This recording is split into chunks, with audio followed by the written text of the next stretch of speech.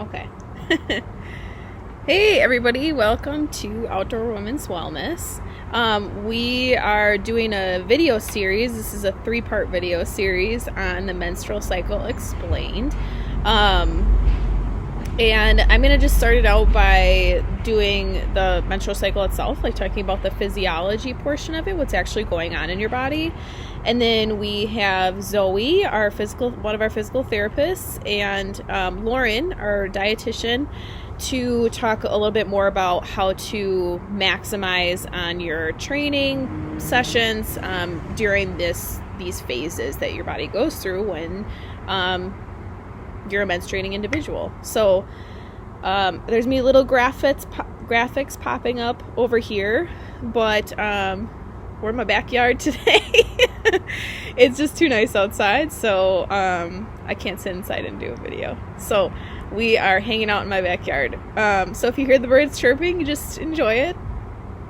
I'd like to start out first by just explaining that the menstrual cycle itself is we generally say it's a 28-day long period, but it can vary from 20 days to 30 days. Fixating on whether or not your period occurs every 28 days is not necessarily going to determine your fertility or ability to get pregnant. So that's just of note. But I'm just going to say we're going to talk about a 28-day long cycle. Another thing is there's 3 components. So we're going to talk about how the brain is acting on the ovaries, and then how what the uterus is doing during these phases. So to start, just kind of talking about how the brain fits into all of this. I know I talked about this just very short in my webinar, which you can go check out at Outdoor Women's Wellness website if you want a little bit more information on it. But I talked about how the brain kind of acts on the ovaries, which is just really interesting. So I'm going to put a little graphic up here.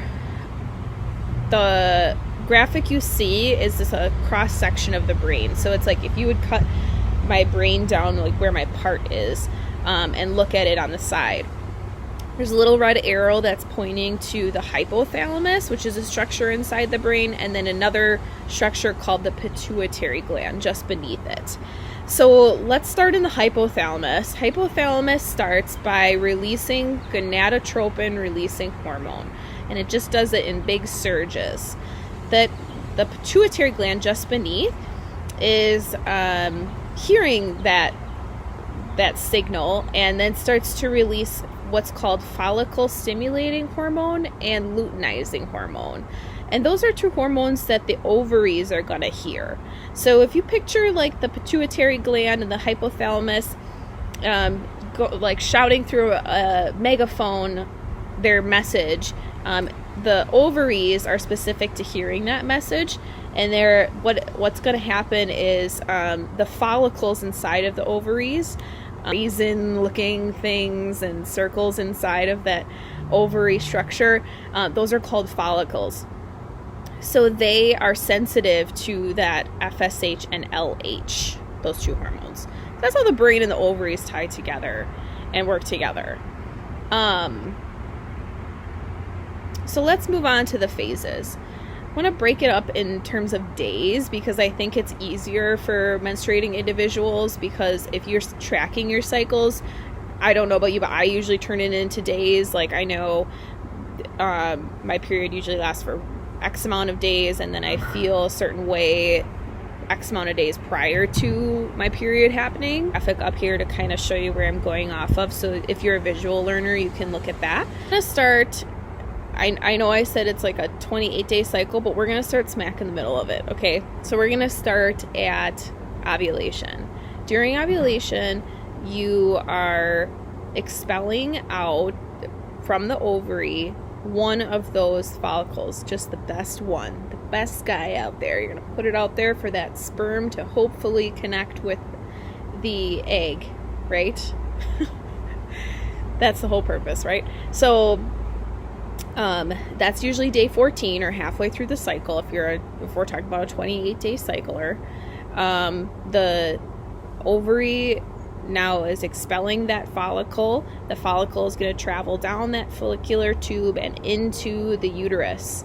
The uterus has made a nice hospitable place by changing the mucus pH, changing what the lining is like, just so that it makes it a nice place for that fertilized egg to kind of embed itself into the uterus and then hopefully grow a baby. The whole goal of our lovely uterus. Day 14 has passed. Day 15 through 28 we're going to talk about is the secretory phase of the uterus and the luteal phase of the ovaries. The secretory phase of the uterus includes a thicker lining, so the uterine lining now is starting to build up. We haven't gotten any fertilized eggs, so we're just gonna start building up these tissues. Picture her kind of building up like a moat. Like, okay, fine, if there's nothing fertilized in here, then I'm just gonna keep building it all up, and then we're just gonna tear it all down. So she's a little angry, and it becomes a really non-hospitable environment for the possibility of a fertilized egg and sperm to meet and embed. This is 2 days prior, or 2 days. This is 2 weeks prior to actual menstruation or actually having that period. So you might be experiencing what's called PMS symptoms. And if you've been menstruating for a while, you may be more in tune with your body and understanding that, you know, I do experience physical symptoms, or I don't, or I notice that I'm a little bit more irritable this time, or I really don't have PMS. Everybody's different, and if you are experiencing irritability, abdominal bloating, fatigue, things like that, we can blame it all on estrogen and progesterone. So in our ovary, we are now trying to recover from this blast that we just gave out of the follicle. And if you look in this graphic here, it looks like a little dry, like a little dried up donut or like a raisin, but it's now called the corpus luteum. And we're trying to do all this recovery work. So the estrogen levels and progesterone levels can be really high, and then the estrogen level, we're recovering from it coming up really high and going down really low. So that's why you're experiencing those kinds of symptoms. So we've talked about day 14, which is ovulation. We've talked about the luteal phase and the secretory phase that's happening in the uterus and the ovaries just prior to menstruation. And now let's talk about menstruation, which we can define now as day 1 through 7. During menstruation, your uterus is shedding. So she is contracting and getting rid of all of that uterine lining that we just built up. Really seeing when you have a period is that the tissues in the endometrial tissues being shed. The ovaries now are starting to recover here and developing a bigger, better follicle. Hopefully now we're gonna ovulate and we're gonna get it pregnant, right? That's the whole goal of the uterus. So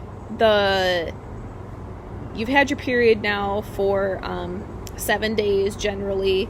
That's what we're going to say in this video. And then days 7 through 13, we are still part of the follicular phase where the follicles are developing in the ovary. But at this time now, the uterus is starting to develop a more hospitable environment for egg and sperm. So the endometrial lining's becoming to get a little bit more thick. It's developing more better blood flow. The cervical mucus is changing, just like I said, around the same time of ovulation that your cervical mucus is changing. You may be experiencing, due to the increased estrogen and progesterone from the ovaries, you may be experiencing increased sex drive levels. Because the increase in estrogen and the decrease in progesterone. So lower progesterone levels, maybe increased sex drive. And this is just after your menstruation and right before ovulation. So it's no surprise, right? Kind of this cycle explained pretty quickly, and hopefully easier for you to understand with the 3 different components of the brain, uterus, and ovaries all working together. If you have any questions at all, or you want me to explain something in more detail, you can just shoot a comment below. And then make sure you subscribe to this video too, so that you get the rest of the information from Zoe and Lauren when they start to talk a little bit more about eating during your period, maximize your performance, and then how to exercise during that times too, just so that you're gentle and nice to your body and working with your body, not against it. So I hope that you enjoyed, and I hope that you stick around for the rest of this video series, and I hope to see you again on our channel.